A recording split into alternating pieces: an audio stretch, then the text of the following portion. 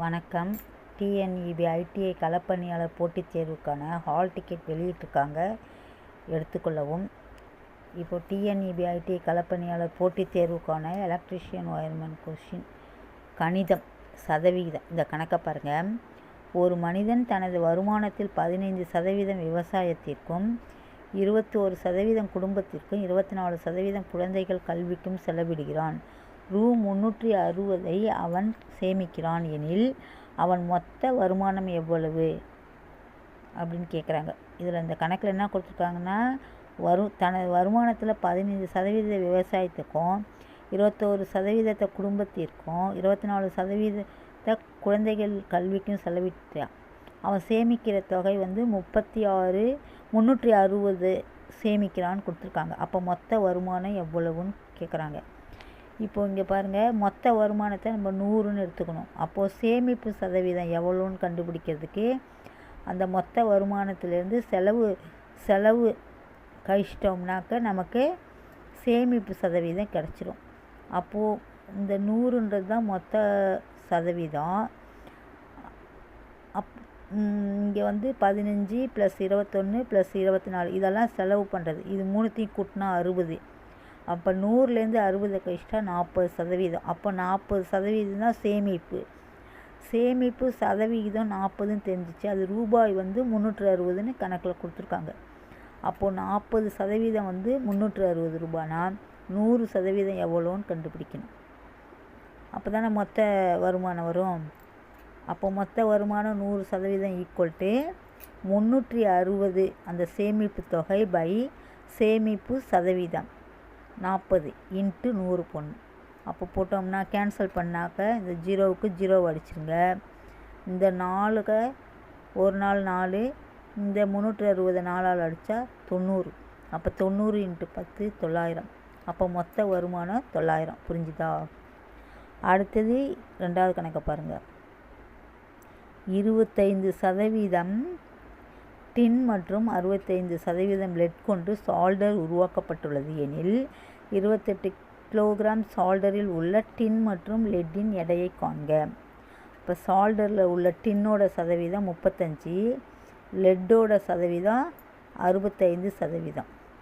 அப்போ 28 கிலோகிராம் சால்டரில் உள்ள டின்னோட எடை எவ்வளோன்னு கண்டுபிடிக்கிறதுக்கு இந்த 100க்கு 35% டின்னு. அப்போ 35/100 × எத்தனை கிலோகிராம்? 28. அந்த 28 போட்டுக்கணும். இப்போ கேன்சல் பண்ணிங்கன்னா இதை 35 5ஆல் அடித்தா 7 தடவை, 100 5ஆல் அடித்தா 20 தடவை. அடுத்தது இதை 20 4ஆல் அடித்தா 5 தடவை, 28 4ஆல் அடித்தா 7 தடவை. அவ்வளோதான். இப்போ 7 49 வகுத்தல் இந்த 5 கீழே இருக்க 5, 49 5ஆல் வகுத்தோம்னா 9.8. அடுத்தது 28 கிலோகிராம் சால்டரில் உள்ள லெட்டோட எடையை கண்டுபிடிக்கணும். அப்போ லெட்டோட எடை = எவ்வளோ? 100ல் 65% லெட்டு. அப்போது 65/100 × எத்தனை கிலோகிராம்? 28. அதுதான் போடணும். 65/100 × 28. இப்போ கேன்சல் பண்ணாக்க 65 இந்த 100 5ஆல் அடித்தா 20 தடவை, 65 5ஆல் அடித்தா 13 தடவை. அப்புறம் இதை 4ஆல் அடித்தா 5 தடவை, இதை 4ஆல் அடித்தா 7 தடவை. 13 7 பெருக்குனா 91. இந்த 5 அங்கே போட்டுக்கணும், வகுத்தல் 5. அப்போ 91/5 = எவ்வளோ? 18.2. அப்போது டின்னோட எடை 9.8 கிலோகிராம், லெட்டோட எடை 18.2 கிலோகிராம். இதுதான் இந்த கணக்குக்கு ஆன்சர். அடுத்தது 3வது கணக்கு பாருங்கள்.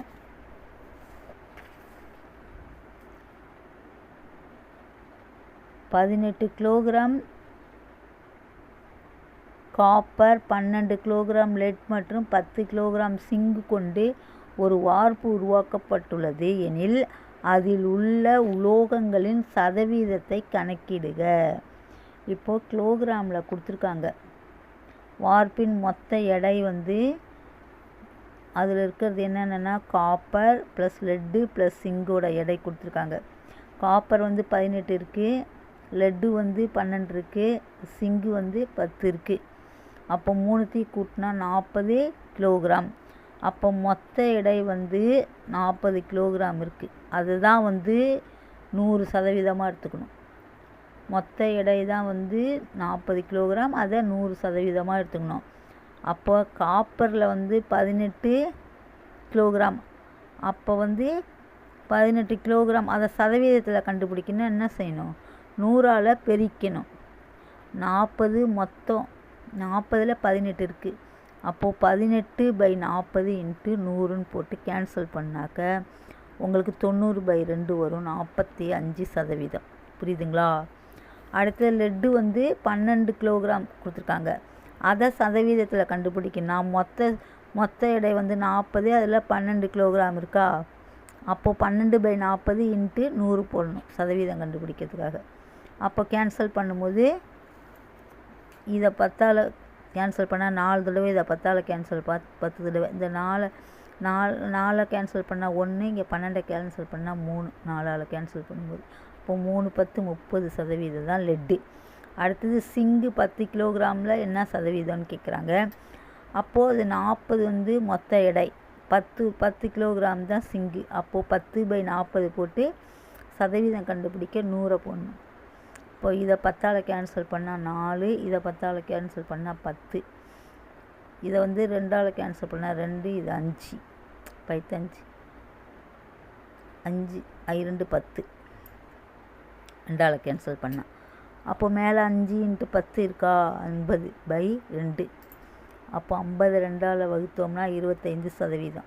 இப்போ காப்பரோட சதவீதம் வந்து 45%, லெட்டோட சதவீதம் வந்து 30%, சிங்கோட சதவீதம் வந்து 25%.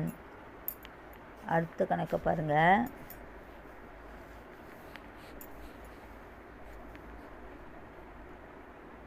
ஒரு கன் மெட்டலில் 22 பங்கு கார்பன், 2.5 பங்கு டின் மற்றும் 0.5 பங்கு ஜிங்க் உள்ளது எனில் உலோக கலவையில் உள்ள ஒவ்வொரு உலோகத்தின் சதவீதத்தை காண்க. இதுவும் வந்து சதவீதத்தில் கண்டுபிடிக்க சொல்லியிருக்காங்க. பங்கை கொடுத்துருக்காங்க, அது சதவீதத்தில் சொல்கிறாங்க. அப்போ கலந்துள்ள உலோகத்தின் மொத்த பங்கு எவ்வளோனாக்கா 22 + 2.5 + 0.5 இதான் பங்கு. அது எல்லாத்தையும் கூட்டினாக்கா உங்களுக்கு 25 வருதா? அப்போ 25 பங்கை தான் 100% கொள்ளணும். அப்போ காப்பரின் சதவீதம், காப்பரோட பங்கு எவ்வளோ? 22. அப்போது 22, அப்போ மொத்த பங்கு வந்து 25. அப்போ 25ல் 22 பங்கு காப்பர் இருக்குது, அதை சதவீதமாக மாற்ற 100ஆல் பெருக்கணும். அப்போது 25 100ஆல் அடித்தா 4, 22 4 88%. அடுத்தது டின் சதவீதம் 2.5ன்னு கொடுத்துருக்காங்க. அப்போது 25 தான் மொத்த பங்கு, 25ல் 2.5 இருக்குது. அப்போ 2.5/25 × 100% மாற்றுறதுக்காக 100 போடுறோம். இப்போ 25ஆல் அடித்தோம்னா 4, அப்போ 0.5 4, ரெண்டுத்தையும் பெருக்கணும்னா 2, அப்போ 2% தான் சிங்கு. புரியுதுங்களா? இப்போது காப்பரோட அளவு 88%, டின்னு வந்து 10%, சிங்கு வந்து 2%. இப்போ 5வது கணக்கை பாருங்கள். 10 கிலோகிராம் சிங்க் மற்றும் 15 கிலோகிராம் காப்பர் கொண்டு ஒரு பித்தளை பொருள் உருவாக்கப்படுகிறது எனில் சிங்க் மற்றும் காப்பரின் சதவீதத்தை கணக்கிடுக. இந்த கணக்கை நீங்கள் செய்து கமெண்டில் ஆன்சரை பதிவு பண்ணுங்கள். நன்றி, வணக்கம்.